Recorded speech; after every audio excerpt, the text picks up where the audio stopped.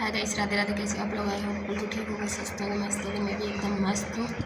तो मेरे हस्बैंड खड़े हुए खेत पे, वो देख रहे पानी को, कहाँ से पानी चालू करूँ कहाँ से नहीं। सॉरी, मेरे खेत के ना बारे बन रहे हुए हैं क्योंकि पानी चलाने के लिए मैंने, क्योंकि पानी देना बाकी है यहाँ पे, अभी बोनी बाकी है। तो बोनी चल रही है कि बोनी हो जाएगी, क्योंकि हमारे यहाँ क्या है ना, आधी बोते हैं आधी में पानी चलाते, इस तरह से ही काम चल रहा है।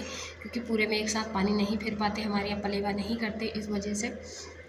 तो मेरे हस्बैंड खड़े हुए खेत पे और मेरे जेठ जी चला रहे हैं ट्रैक्टर, क्योंकि मेरे हस्बैंड ट्रैक्टर पे बहुत ही कम बैठते हैं, क्योंकि वो कभी बैठते नहीं है। इस वजह से ना उनके हाथ की नसें सूज जाती हैं सारी की सारी, इस वजह से वो हमेशा कम ट्रैक्टर पे बैठते हैं। वो जब बैठते हैं, जब उनको ज़्यादा ही अर्जेंट काम आ जाता है, तो मैं यहाँ से हट जाती हूँ, क्योंकि मैं दिख रही हूँ उनको जंगले में से। तो अभी बोलेंगे तेरे पास इतना टाइम है कि तुम ब्लॉग बनाने लगी, खाना बना दे जल्दी से, इस वजह से। तो फिर वो ट्रैक्टर पे बहुत कम बैठते। अगर वो ट्रैक्टर पे बैठ जाए ना, तो उनके 2-4 दिन, एक दिन में उनको बुखार आ जाता है ट्रैक्टर पे बैठने से ही। तो वो ट्रैक्टर पे बहुत कम ही बैठ, ये मान लो बहुत कम, ज़्यादा ही अर्जेंट काम आता है तभी बैठते हैं वो ट्रैक्टर पे, नहीं तो वो नहीं बैठते हैं। तो ऐसा है कि ट्रैक्टर ना मेरे जेठ जी और मेरे ससुर जी चलाते हैं ज़्यादातर। मेरे हस्बैंड बहुत कम चलाते हैं, इमरजेंसी में ही मेरे हस्बैंड बैठते हैं ट्रैक्टर पर। अभी देखो हमारे दिवाली का सामान यहीं पड़ा है, क्योंकि अब ये दवाई डालने में काम आएगा तो ही ले जाएंगे, क्योंकि इसकी ज़रूरत नहीं पड़ती अब दवाई डालने के लिए। वो बड़ी, वो क्या बोलते हैं यार, उसका नाम नहीं आ रहा, टैंकर वाली मशीन आ गई हमारे यहाँ दवाई वाली, तो उससे डालते हैं। तो ये ऐसे ही पड़ा है। तो इसको ऐसा है कि पानी भर के इनको धोने के काम आ जाता है, क्योंकि धूल बहुत चढ़ जाती है। अगर मतलब पेक है फिर भी इतनी ज़्यादा धूल आती है ना, क्योंकि यहाँ से ट्रैक्टर साधन ज़्यादा निकलते ना, इस वजह से बहुत ज़्यादा धूल हो जाती है। आप ये मानोगे, अगर आज सफाई कर लोगे ना, कल या परसों में आपको पूरे पे धूल ही धूल पड़ी मिलेगी। तो इस वजह से ना बहुत ज़्यादा प्रॉब्लम है मेरे को धूल का, तो बहुत। और मेरे को धूल से इतनी ज़्यादा एलर्जी भी हो रही है ना, तो मेरी ठंड ठीक ही नहीं हो पाती।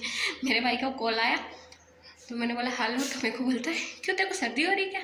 मैंने बोला हाँ भाई, मेरे को सर्दी हो रही।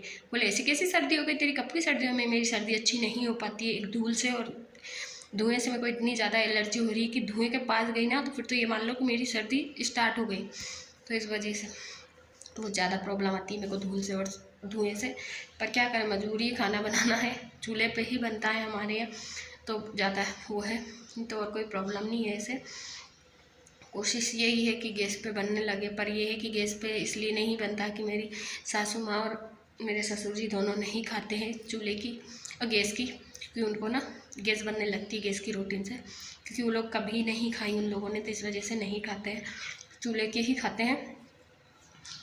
तो मैं इतना वो नहीं करती मैं भी, क्योंकि मेरे को भी अब यहाँ आई हूँ जब से चूल्हे पे बना रही हूँ, तो मेरे को आदत में आ गया चूल्हे पे बनाना खाना, तो मैं बना लेती हूँ, मेरे को कोई दिक्कत नहीं होती चूल्हे में।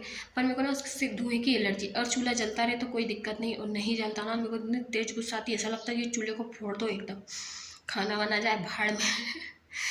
बस ये प्रॉब्लम ज़्यादा रहती है, क्योंकि वो जलता नहीं। अभी तो ठीक ठाक है, बरसात में बिल्कुल भी नहीं जलता, बरसात में जैसे धुनर धुनर धुनर होता रहता है, आप कितनी भी लकड़ी लगा दो या कितना भी कुछ कर दो। पर एक बात ये भी है कि चूल्हे की रोटी जितना स्वाद देती, ना ही इतनी गैस की देती है, ना ही इंडक्शन की देती, ना ही हीटर की देती, किसी भी चीज़ की इतनी रोटी स्वाद नहीं देती है। तो इसलिए आई नो पाचक में भी काम करती है चूल्हे की रोटी, गैस की रोटी पचती नहीं है। चूल्हे की रोटी आप एक मतलब 4 खाते तो 6 खा सकते हो, कोई प्रॉब्लम नहीं होगी आपको। अगर गैस की रोटी आप 4 खाते हो तो आपको 3 ही खानी पड़ेगी, इतना फ़र्क रहता है चूल्हे और गैस की रोटी में।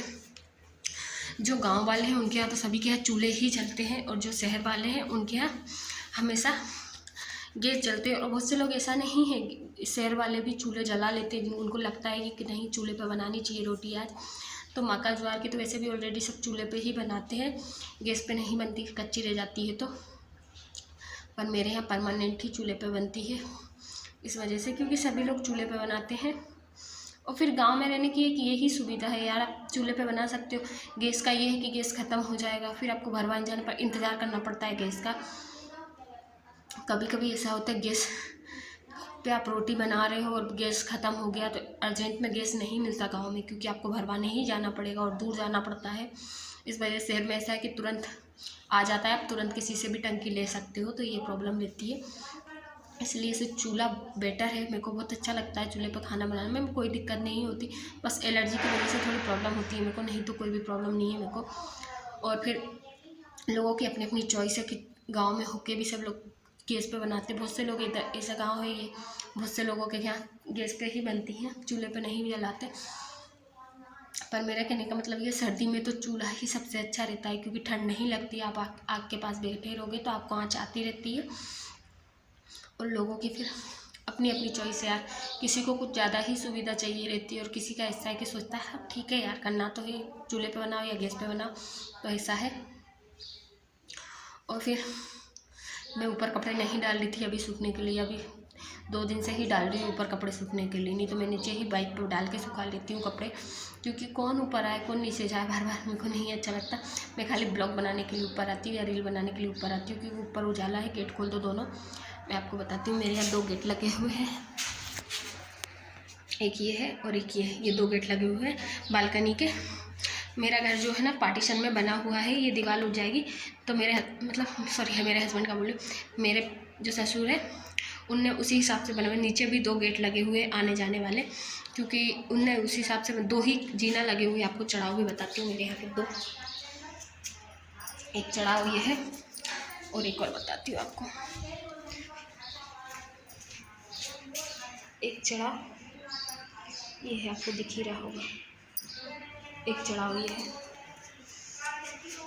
नल शायद अभी नहीं आए हुए हैं, मैं नल का ही इंतज़ार कर रही हूँ, आ जाए फटाक से तो मैं जल्दी पानी भर के जाऊँ, क्योंकि अभी भी भांजी आएंगी मेरे नहाने के लिए, इस वजह से तो फिर फटाफट से काम निपटा लूँगी, कोई दिक्कत नहीं रहेगी मेरे को भी। क्योंकि पानी का सबसे ज़्यादा प्रॉब्लम, पानी नहीं रहता तो ऐसा लगता है कुछ भी नहीं है, गिनौची खाली रहना तो अजीब सी लगती है, एकदम घबराहट सी होने लगती है कि पानी नहीं है।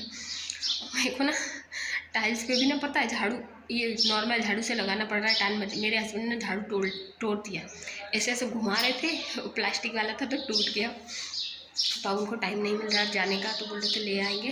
अब मैं जब भी जा पाओ जब ले आना, मैं इनसे इसी से काम चला लेते, यहाँ तो लग जाता है ऊपर पर नीचे नहीं लग पाता वो वाले झाड़ू से, क्योंकि टाइल्स पे तो टाइल्स वाला ही झाड़ू होना, इस वजह से। और अमावस थी तो इस वजह से थोड़ा लेट भी हो गई हूँ मैं, जल्दी जल्दी से निपटने में थोड़ा टाइम लग जाता है। अब ये ना कुछ भी त्यौहार पड़ते हैं या त्यौहार पड़ते हैं ना तो ज़्यादा प्रॉब्लम हो जाती है। कुछ लोग त्यौहार बोलता है, कुछ लोग त्यौहार बोलते हैं, तो सब लोगों की भाषा अलग अलग होती है। जैसे कि हमारी भाषा है, मैं 2 तरह की भाषा बोलती हूँ, एक गाँव की मिक्स कर दे, इंदौर की भाषा में गाँव की भाषा मिक्स कर देती हूँ, एकदम इंदौरी नहीं बोलती हूँ मैं, क्योंकि मुझे अच्छा नहीं लगता एकदम इंदौरी बोलना, इस वजह से मैं गाँव की भाषा को उसमें मिला लेती हूँ, थोड़ा अच्छा लगता है मेरे को। तो अब देखते हैं तो आप लोगों को मेरे ब्लॉग कैसे लगते हैं, आप लोग कमेंट करके बताते भी नहीं हो। ब्लॉग देख लेते तो प्लीज़ कमेंट करके बताया करो, आप लोग ब्लॉग अच्छे लगते हैं कि नहीं, मुझे भी लगे कि हाँ आप लोगों के लिए ब्लॉग बनाना चाहिए, आप लोगों को मेरे ब्लॉग पसंद आते हैं। तो आप लोग कमेंट करके नहीं बताते, बस एक भैया है जो खाली वो ही कमेंट करते हैं और कोई भी कमेंट नहीं करते। उनका कमेंट मेरे को आ रहा है कि मैडम जी आपकी शादी को कितने साल हो गए, तो वो ब्लॉग मैं डालूँगी कि मेरी शादी को कितने साल हो गए, कि मेरी लव मैरिज है कि अरेंज मैरिज है। वो ब्लॉग भी मेरा जल्दी ही आने वाला है, आपको 2-4 दिन में आ जाएगा। क्योंकि बहुत से लोगों का सवाल रहता है आपकी लव मैरिज है या अरेंज मैरिज है, क्योंकि लोगों के सवाल ज़्यादातर यही रहते हैं, क्योंकि आजकल लव मैरिज ज़्यादा चलने लगी है, तो लोगों को यही सवाल जाता है कि आपकी लव मैरिज है या अरेंज मैरिज है। तो मेरी अरेंज मैरिज है, आप लोगों को बता देती हूँ, और कितने साल हो गए तो वो आपको दूसरे ब्लॉग में पता चल जाएगा। तो मेरा ब्लॉग प्लीज़ आप लोग ज़रूर देखना वो वाला भी, और आप लोग प्लीज़ कमेंट करके ज़रूर बताया करो कि आप लोगों को मेरे ब्लॉग कैसे लगते हैं, और प्लीज़ मुझे सपोर्ट करो। आप लोगों के लिए मैं इतनी मेहनत करती हूँ यार, काम छोड़ के ब्लॉग बनाती हूँ, उसके बाद भी आप लोग मुझे सपोर्ट नहीं करते हो, तो प्लीज़ दिल से सपोर्ट करो। आप लोगों की सपोर्ट की वजह से ही मेरे को एक वो मिलता है कि हाँ मेरे को बनाना चाहिए, मेरी मेहनत सक्सेस हो रही है कि नहीं मेरे को पता भी तो चले। आप लोग कमेंट नहीं करते तो मेरे को पता ही नहीं चलता कि हाँ मैं सक्सेस होंगी या नहीं होंगी। तो मेरा मन अंदर से ऐसे होता है कि मैं बोलती फालतू में टाइम वेस्ट कर रही हूँ मैं, ये लोग मेरे को कमेंट भी नहीं करते, इन लोगों को मेरे ब्लॉग पसंद आते कि रील पसंद आती, कुछ भी नहीं करते हैं। तो प्लीज़ दिल से सपोर्ट करिए, लाइक करिए, शेयर कीजिए, कमेंट कीजिए और सब्सक्राइब भी कीजिए, और जाके इंस्टा और फेसबुक पर भी मुझे सपोर्ट कीजिए। तो आई होप आप लोगों को मेरे ब्लॉग अच्छे लगते हो। तो Radhe Radhe my, YouTube family, आप लोगों को दिल से धन्यवाद, जिसने मेरे को सपोर्ट किया उन सबको दिल से धन्यवाद। और ऐसे ही आप लोग मुझे सपोर्ट करते रहिए। आप लोगों के लिए मैं ऐसे ही डेली ब्लॉग बनाते रहूँगी, मुझे भले टाइम हो या नहीं हो, पर ब्लॉग ज़रूर डालती रहूँगी। राधे राधे।